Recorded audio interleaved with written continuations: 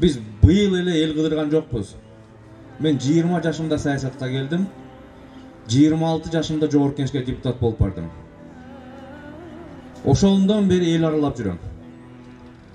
Кыргызстандын бардык булуң бурчунда дал ушундай эле көрүнүш. Мындайча айтканда Мамайдын көрү. Бардык жерде эле ушундай түйшүк, ушундай эле проблемалар. Бул каяктан келип чыгып атат да ушул проблемаларчы? Урматтуу жердештерим, мында биз жүрөктөн жүрөккө сүйлөшүшүбүз керек да. Чындыкты ачуу болсо дагы бетке айтышыбыз керек.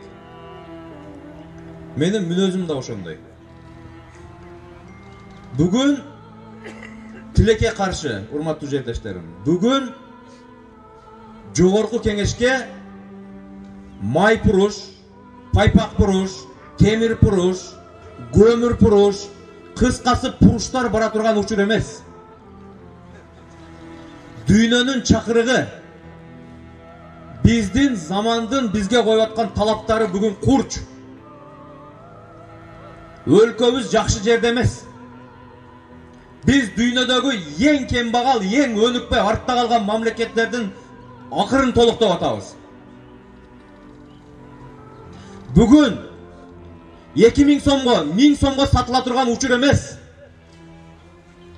Бүгүн алдыңарга келген талапкерлерден арыкты, тротуарды, мектепти, бала бакчаны сурай турган учур эмес. Бүгүн мамлекет эгемендиги жок, мүңкүрөп турган учур.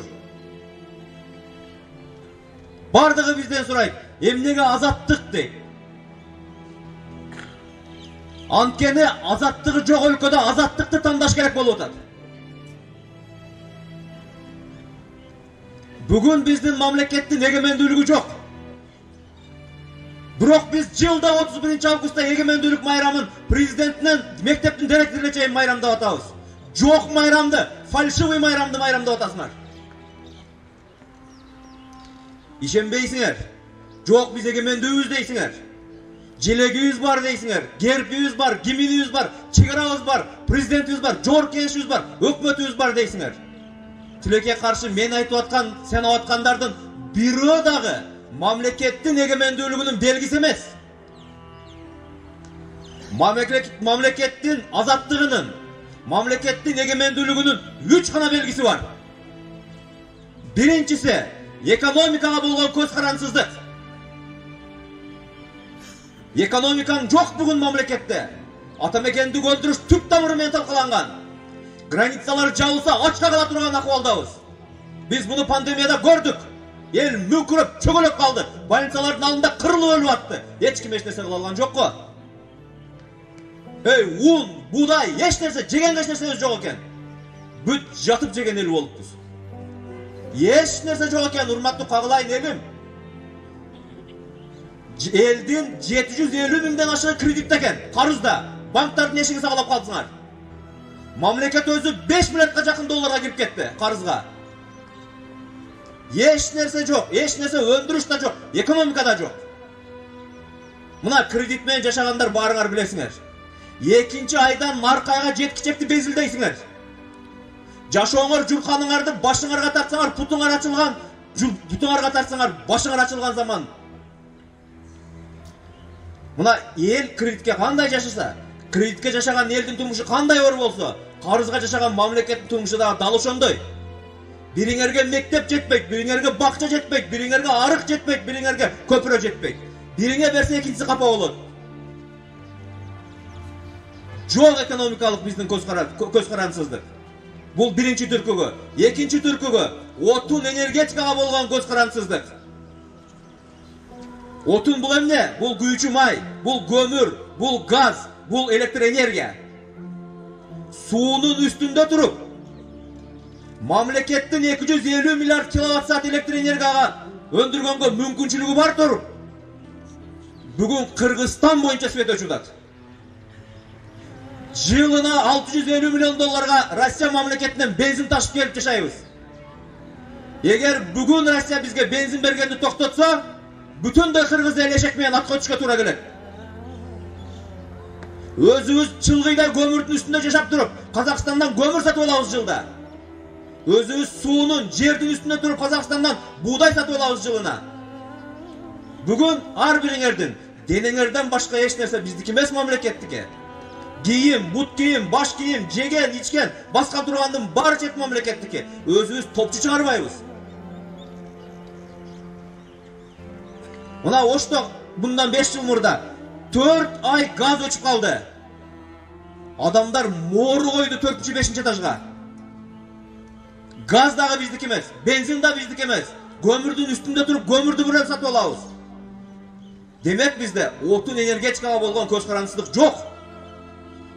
Eğer sende ekonomikalik көз карансыздык жок bolsa, eğer sende otun energetikaga bolgon көз карансыздык жок bolsa, sen hiç kaçan sayasi көз карансыздыкка ээ болушуң мүмкүн эмес. Üçüncü sayasi көз карансыздык. Muna bizdin 30 yıldan beri önükpe atkanımыздın sebebi uşul. Biz görüngön jir jaman eteğin karmap yaşap kaldık. Biz absolutluk türde özümüz jogottuk. Muna uşunday çoğun missiyan atkaruuda, mamlekettin azattığın kamsыздooda, mamlekettin egemendүүлүгү üçün күрөштө. Kömür puruş, naske puruş, may puruştun akıl jenet deysiңер ошого. Bugün çaykoçu, bazarkom, kommersant bara turgan üçün emas, urmatlı elim. Bugün dünya bizden taptakır başka oğur masaleler talap kılıp atar. Muna granitsalarыбызda ahvalды көрүп атасыңар эмне болуп атат. Muna ушинтип biz 30 yıldı jogottuk. Muna bugün emi ayla amalыбызды tapпай oturabыз. El menen mamleket absoluттук түрдө эки башка жолго түштү. Muna egemендүү болдук dedik, тура. Kagazdın betinde gana bolgonun men sizlerge түшүндүрүп берип атам. Kagazda gana var egemendүүлүк. Biz kantip yaşadık 30 yılın içinde. Men bunu da aytıp bereyim urmattуу tuğanlarım. Egemendүү болдук. Biz egemendүүлүктү algan жылдары mamlekettin aymağında 500'den aşık zavod fabrika bolgon. Bugün 50 çaktı zavod fabrika işteyt. Bırak al görüngön baymanap köpösünün kolunda mençikte. Kalgan 450'sün bir kirpiç döşebey, bir gürök sement salbay turup talkap koyduk. Çoğun ata çoğun elimizden kalgan murasты jok kıldık tıp menen. Muna oşolordu jogotuu menen, erkegibizde, ayalыбызda, yaşыбызda, karыбыздагы 95 жылдары үйдө oturuga majbur olduk. Eldin başına müskül düşkönde, attan kılada erkeklerge aytılgan. Bırak 95 yılı erkekler emez. Meni nenelerim, meni nenecilerim attandı. Koluna çağır sunkanı kötörüp, aldı Rusiyaga artık Kazakistan'a jılıp ketti. Muna oşentip өлkөdө челночтук бизнес baştaldı. Tükünçönün ayalı Rusiyaga ketiptir, palançanın kızı Rusiyaga ketiptir degende uyalçubuz. Bul uyat iş bolgon. Oşol elder uyat деп atkan iş, bugün mamlekettin ekonomikasının negizgi kireşe bulağına aylandı. Meni nenelerim, meni necilerim oylap tapkan челночтук biznes bugün Japon'dan жалгыз mamleketin ekonomikalik modelin aylandı. Bugün oşolordun sanı yıldan yılga ösüp oturup 1 milyonga jetti.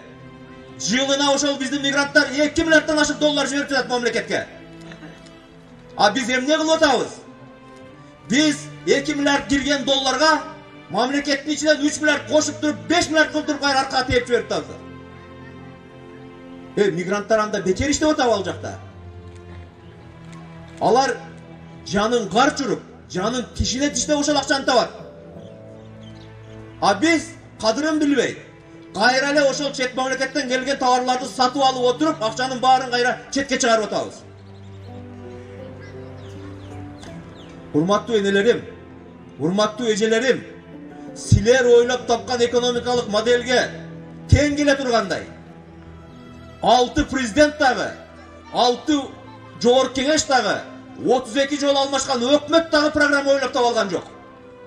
Bugün dağı mamleket oşol siler oylap tapkan migrantların esebinен jaşayt. Egerde bugün migrantlar bari teң birдей сүйлөшүp turup mamleketke akça kotoruunu toktotsa, 1 aydan keyin mamleket toktoyt. Egerde bugün koşnalarыбыз eşiklerin jaba turgan bolsa, Kırgızstan 1 ay jaşay albayt. Mat rezervinde da işlerse жоқ, елдің қолында да işlerse жоқ. Еш нәрсе қалған емес bizde. Урматтуу жердештерим, Men 26 yaşımda депутат болып барып, Кыргыздын мөңгүлөрүн талкалатып атканда каршы туруп күчүбүз жеткен жок. Кыргыздын газ сатылып атканда токтотконго күчүбүз жеткен жок. Эмне деген толгонтогой коррупциялык иш-чараларды мен өз көзүм менен көрдүм. Кыргыз газ сатылбасын деп 120 депутаттын ичинен 14 гана депутат сайрап турдук. Калган 106сы бийликтин көзүн бир карап туруп айтканын жасады. Мына кандай чыккынчылыктар жасап атабыз. Эми биз Азаттык партиясы ушул менин артымда турган азаматтар өлкөнүн азаттыгы үчүн, өлкөнүн эгемендүүлүгү үчүн деп жолго чыгып атабыз. Менин артымда турган азаматтар ар бири өзүнүн атын өзү жасаган балдар. Турмуштун тепкисин, сабоосун жеп саба калган балдар. Куугунтук эмне экенин, караланган эмне экенин, түрмөгө бейгүнөө отуруп калган эмне экенин билген балдар. Беттегенин бербеген көкбет балдар. Артка чегинүүнү билбеген балдар чогулдук. Мен силерден жалынып суранам элим. Найза болгула. Биз анучу болгонго даярбыз. Сайган жерибизге сайлабыз. Биз майтарылган балдар бириктик.